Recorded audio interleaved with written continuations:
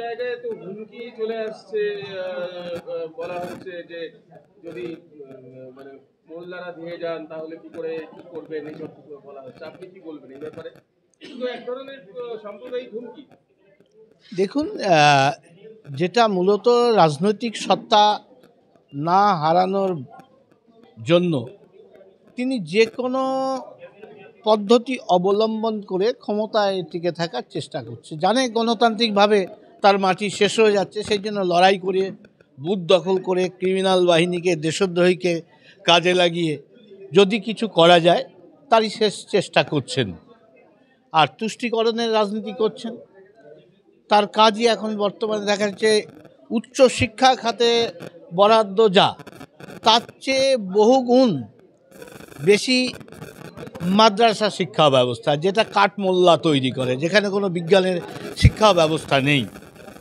এবং আজকে ভারতবর্ষের মানুষের সবচাইতে আস্থার জায়গা, শ্রদ্ধার জায়গা মহাকুম্ভ, সেটাকে তিনি মৃত্যু কুম্ভ বলে দিচ্ছেন। মূলত তার লক্ষ্য হিন্দুদের হেয় করা, এটাকে ইসলামিক বাংলাদেশ বানানোর একটা চেষ্টা তিনি করে যাচ্ছেন। জয় বাংলা স্লোগান আগেই লাগিয়েছেন, তিনি উৎসাহিত করছেন, তাই নতুনদের আরও এনে ভোটার করার ব্যবস্থা করবেন, এটাই তার লক্ষ্য। উদ্বাস্তুদের নিয়ে তিনি বিরোধিতা করবেন, নাগরিকত্ব যাতে না পান তার ব্যবস্থা করবেন, এটাই টিকে থাকার মূল মন্ত্র তার। উনি তো দাঙ্গা লাগানোর জন্য এসব করছে, কারণ তার কাজই তো এটা। তিনি জানেন যে পথে চলেছেন, বাঘের পিঠে ওঠা সহজ, নামা অত সহজ নয়, কঠিন। কারণ নামতে গেলেই বাঘ তাকে খেয়ে বসবে, অর্থাৎ তার গদি চলে যাবে। যে রাস্তায় তিনি হেঁটেছেন, সাম্প্রদায়িকতাকে উস্কানি দিয়ে ক্ষমতায় টিকে আছেন, ভোট ব্যাংকের রাজনীতি তৈরি করেছেন, সেখান থেকে সত্যিকারে আইনের শাসন কায়েম করতে গেলেই তাহলে এদের বিরুদ্ধে পদক্ষেপ নিতে হবে, হুমায়ুন কবিরের বিরুদ্ধে পদক্ষেপ নিতে হবে।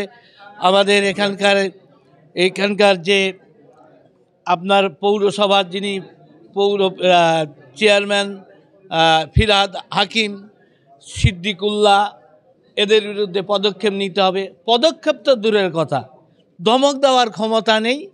অর্থাৎ সেই সাম্প্রদায়িকতার বাঘ মমতাকে সওয়ার করে আরও গতিতে ছুটছে।